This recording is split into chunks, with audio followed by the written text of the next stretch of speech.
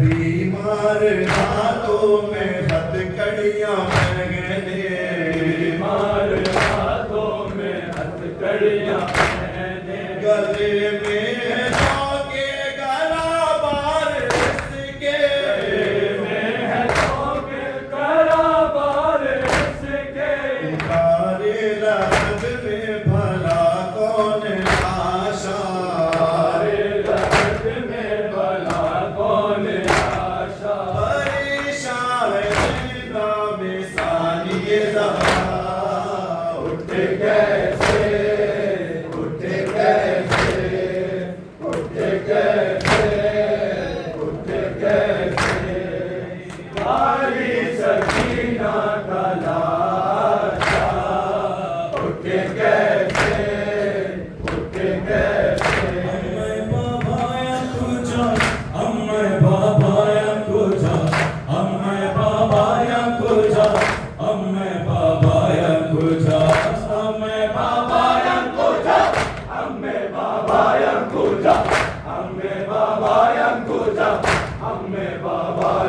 عصر کا وقت قیامت کا سماچاروں طرف عصر کا وقت قیامت کا سماچاروں طرف آتش غم کا فلک ہے دھواں چاروں طرف میرے گوہر بھی نہیں سر پہ چادر بھی نہیں جس میں ہم پائیں سکون اب تو وہ گھر بھی نہیں امّے بابا ینگوجا امّے بابا ینگوجا امّے بابا ینگوجا امّے بابا ینگوجا دشت بلا میں صدا میری کوئی سنتا نہیں دشت بلا میں صدا میری کوئی سنتا نہیں میرے جیسا تو بیاباں میں کوئی پیاسا نہیں کان زخمی ہے میرے کان زخمی ہے میرے گوہر بھی چھینے گئے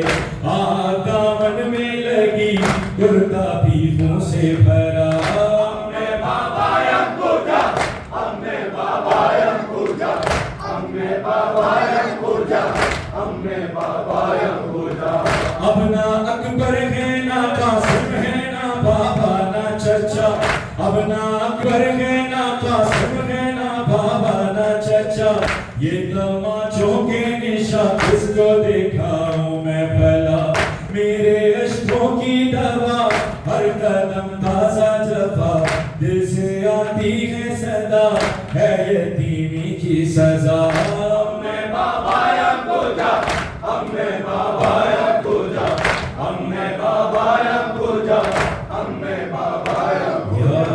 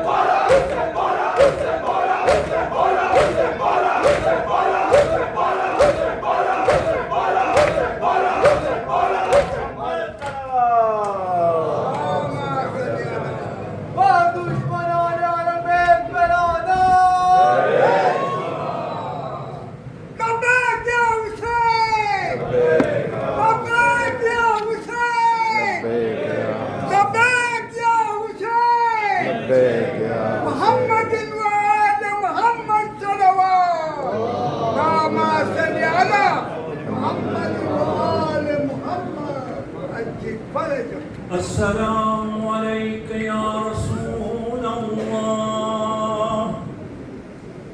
السلام عليك يا أمير المؤمنين. السلام عليك يا فاطمة الزهراء سيدة النساء العالمين. السلام عليك يا حسن المجتبى. السلام عليك يا أبا عبد الله الحسين. السلام عليك يا علي بن الحسين ومحمد بن علي وجعفر بن محمد وموسى بن جعفر وعلي بن موسى ومحمد بن علي وعلي بن محمد والحسن بن علي. السلام عليك يا صاحب العصر والزمان. الأمان الأمان الأمان. السلام عليك يا خليفة الرحمن. السلام عليك يا شريك القرآن. السلام عليك يا كعبة الإيمان. السلام عليك يا إمام الإنس والجان. عجل الله تعالى فرجك وسحر الله تعالى مخرجك وظهورك وجعلنا من أنصارك ورحمة الله وبركاته.